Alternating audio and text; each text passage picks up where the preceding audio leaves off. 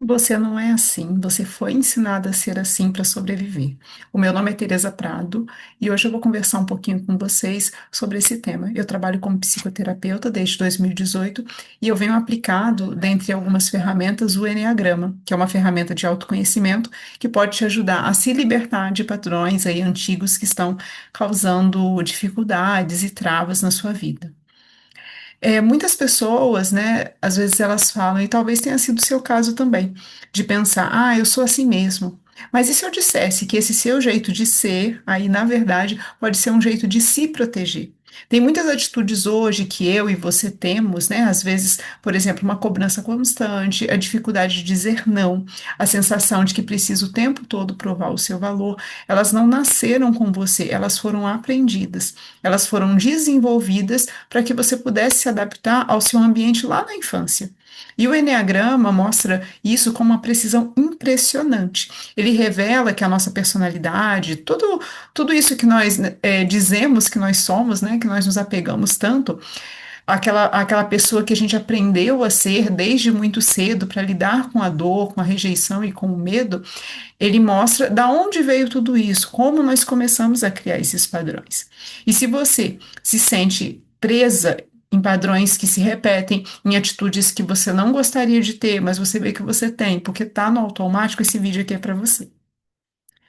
Desde a infância, nós começamos a criar formas de nos comportar que nos fazem nos sentir mais aceitas, amadas e seguras.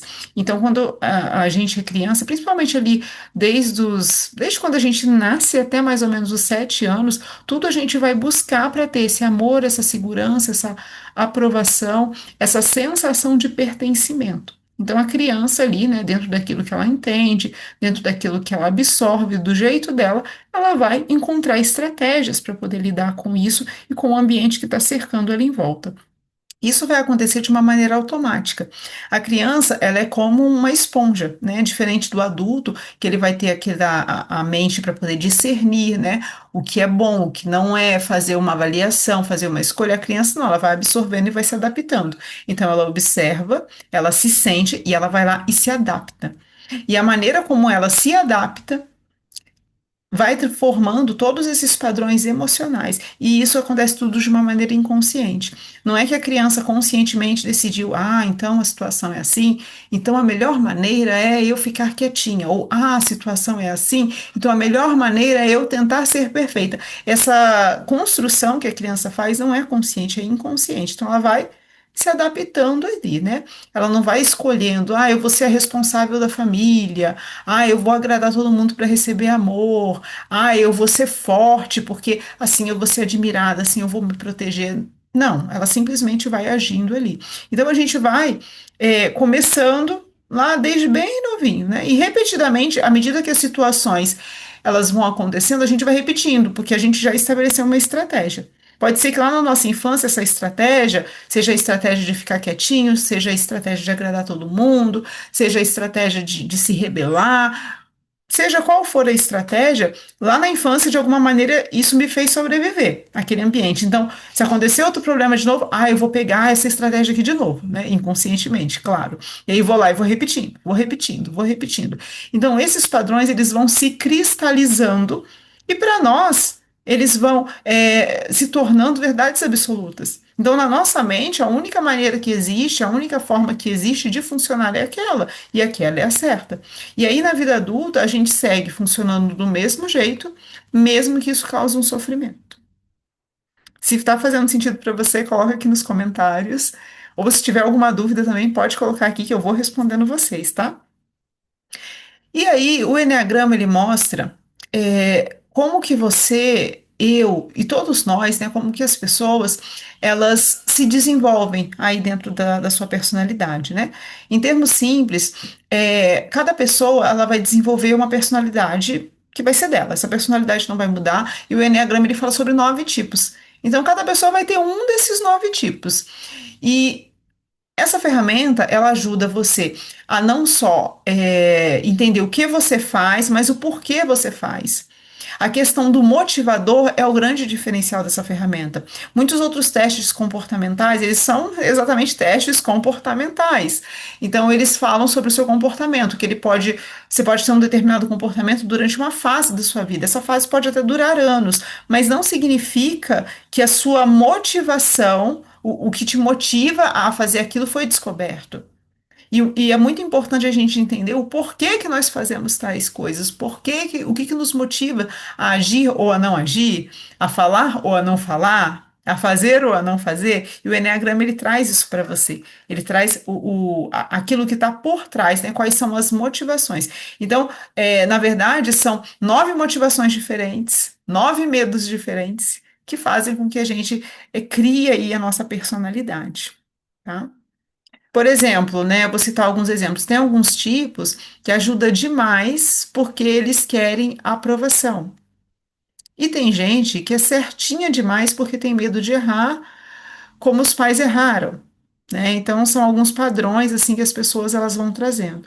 Então quando você descobre o seu tipo no enneagrama, você entende, eu agi assim para sobreviver, emocionalmente, psicologicamente, mas agora eu posso fazer diferente. E esse é o ponto, é a gente entender que agora nós podemos fazer diferente. A gente não precisa continuar naqueles mesmos padrões ali engessados, que quando a gente vê que esses padrões eles estão causando prejuízo na nossa vida atual. Quando a gente vê que a gente repete, não consegue deixar de repetir, e quando faz, aquilo vai trazer algum prejuízo de alguma maneira, seja nos nossos relacionamentos, seja no nosso trabalho, na nossa vida pessoal, na nossa saúde mesmo, projetos, planos, né?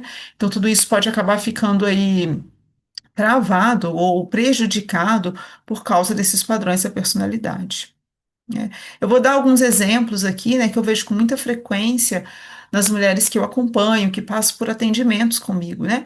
O tipo 2, né, que é o prestativo, né? No caso de uma mulher, quando ela passa com isso, passa, né, quando ela tem esse tipo de personalidade, né? O que que ela passa? Na infância, ela aprendeu que quando ela ajuda, ela é amada. Se ela não ajuda, ela não vai ser amada. Se ela não reprime as suas necessidades, né? Aquilo que ela precisa para poder ajudar os outros, ela não vai ser amada. Então, ela entende que ela só recebe o amor dessa maneira. Então, ela começa a se doar, ela começa a agradar, ela começa a colocar o outro sempre, absolutamente em primeiro lugar. Às vezes, acima de suas necessidades básicas, às vezes acima de coisas que são altamente importantes, mas por dentro ela está sentindo exaustão, ela está sentindo carência, vazio, e ela sempre fica muito insegura se as pessoas a amam de verdade. Então, por dentro tem uma insegurança muito grande. E aí ela constrói ali para ela uma autoimagem de que ela está sendo muito boa, mas na verdade ela está se abandonando. E no fundo, sempre fica uma insegurança imensa. Será que as pessoas gostam de mim só pelo que eu faço? Porque eu tô aqui sempre disponível, ou se elas gostam de mim por aquilo que eu sou. Então, o tipo 2 ele sofre muito com esse questionamento, né? Causa um grande sofrimento para ele. E um outro tipo também que é muito comum é o da perfeccionista, né? Então, a mulher, quando ela desenvolve essa personalidade, é claro que eu estou falando aqui público feminino, porque é o público que eu realmente acompanho, atento mais aqui nos atendimentos terapêuticos, mas isso também vale para os homens também. Personalidade independe de gênero, tá?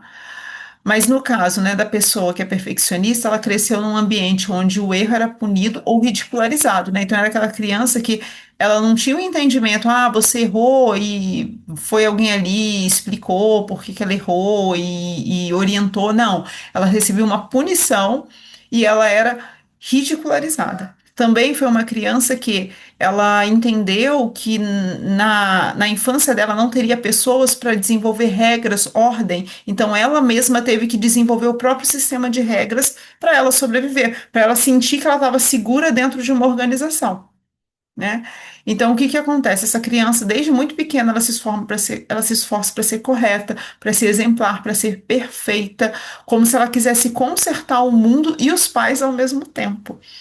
Então ela vive frustrada, porque isso é uma expectativa totalmente irrealista. né? Para uma criança, né? Imagina uma criança pequena com uma visão de que, puxa, eu tenho que consertar o mundo, eu tenho que consertar meus pais. Isso é muito pesado para uma criança. E ela também tem uma sensação de que ela não pode brincar, de que ela não pode se divertir, de que, eu só posso me divertir depois que eu cumprir todas as minhas obrigações. E acaba que ela leva isso de uma maneira exagerada para a vida adulta, né? Então, existe um desequilíbrio. É claro que o adulto tem que ter responsabilidades, né? Precisa ter uma organização na vida, mas para essa pessoa é extremamente difícil. E a mente dela está sempre buscando o que está de errado, o que precisa ser corrigido. E isso deixa com que ela se torne uma pessoa muito rígida, com uma dor e uma raiva muito grande contidas, né? Então, esse aqui são os tipos que são dois dos tipos do enneagrama, né? A gente ainda tem aí mais 7 tipos. E eu vou explicando ao longo, né, das nossas conversas, dos nossos vídeos que eu for trazendo aqui. Você se identificou com algum deles? Você conhece alguém que você percebe esses comportamentos? Se você lembrar de alguém assim, você pode enviar esse vídeo também, que com certeza essa pessoa vai gostar bastante de saber que tudo aí existe uma explicação e existe um jeito, existe uma maneira aí dela trabalhar esses padrões e diminuir o impacto de todos esses comportamentos. E se foi você também, você pode comentar aqui que eu vou gostar de saber qual é seu tipo, se você se identifica aqui com o que eu estou falando, tá? E esses padrões, né, na verdade, como a gente tem visto, a gente não pode chamar eles necessariamente de defeitos, né? Porque o grande problema não é o que você faz em si, mas é a intensidade, né? Ajudar os outros é muito bom, mas se isso for numa intensidade muito alta, isso vai ficar disfuncional. Ou seja, né? Não funciona na vida, né? Não funciona no longo prazo. Uma pessoa que se doa o tempo todo e não cuida de si, ela não vai ter nem energia para cuidar de outra pessoa depois. Então, ela precisa primeiro se nutrir, estar ali em condições para ajudar o outro. Essa seria a lógica, né? Quando a gente fala sobre. Tem algumas instruções de resgate, né? Que a gente vê uma pessoa resgatando outra. Então, primeiro você se resgata para você conseguir resgatar o outro, porque o contrário pode não conseguir, pode não dar certo. Então, essa lógica funciona também na grande maioria das vezes, né? Por exemplo, a pessoa que ela é perfeccionista, ter uma qualidade, né, buscar a excelência, buscar coisas boas e corretas é muito bom, mas isso de uma forma exagerada, nós vamos ter problemas. Porque a pessoa, ela pode entrar numa rigidez, ela pode entrar numa luta contra a realidade que ela não vai conseguir vencer. Às vezes, numa tentativa de corrigir, numa tentativa de fazer e acontecer, que ela vai à exaustão e ela não vai conseguir fazer absolutamente nada, né? Então, esses padrões, eles foram mecanismos de sobrevivência emocional e eles foram ali num nível exagerado, né? Então, a proposta é que a gente possa equilibrar isso, né? Então, às vezes assim, né? Se por acaso você se vê em algum dos rótulos, eu sou uma pessoa controladora, ou as pessoas falam, você é boazinha demais, ou você é muito durona, ou você é muito perfeccionista, isso não é por acaso. Você se tornou assim para você evitar uma dor. Você se tornou assim para que você pudesse sobreviver, na verdade. Senão, psicologicamente, você não sobreviveria àquele ambiente que você foi criada. Mas agora que você é adulta, você pode trocar essa rigidez, esse padrão, pela consciência. Você pode sair do automático e você também pode se libertar. Então, quando você entende o seu tipo no enneagrama, tudo começa a fazer sentido, né? As suas escolhas, as suas dores, as suas repetições. E a partir disso é que começa o processo de cura. É onde você identifica o padrão, você reconhece a raiz emocional e você começa a criar novos caminhos. Eu já uso o enneagrama em técnicas terapêuticas profundas aqui no meu trabalho, né? Justamente para isso, no trabalho de atendimentos, né, com as minhas clientes, para poder te ajudar a parar de repetir esses padrões que doem, esses padrões que fazem com que você acabe se desconectando com quem você é de verdade. E a intenção é te ajudar a entender quem você é de verdade e que você possa conseguir esse alívio desses padrões que estão tão rígidos, que estão tão pesados aí na sua vida, certo? E se você quiser começar nesse caminho, continua me acompanhando aqui nesses vídeos que eu tenho trazido essas orientações. E se você também quiser descobrir o seu tipo, pode continuar me acompanhando aqui também, que eu vou te ajudando aí, te orientando para você começar. Depois você pode me dizer aqui, por favor, o que que você achou, né? E se você puder também Não vai custar nada do seu tempo, só alguns minutinhos. Você pode curtir esse vídeo também e se inscrever no canal para poder receber outras atualizações, certo? Muito obrigada por você ter chegado até aqui e até o próximo vídeo.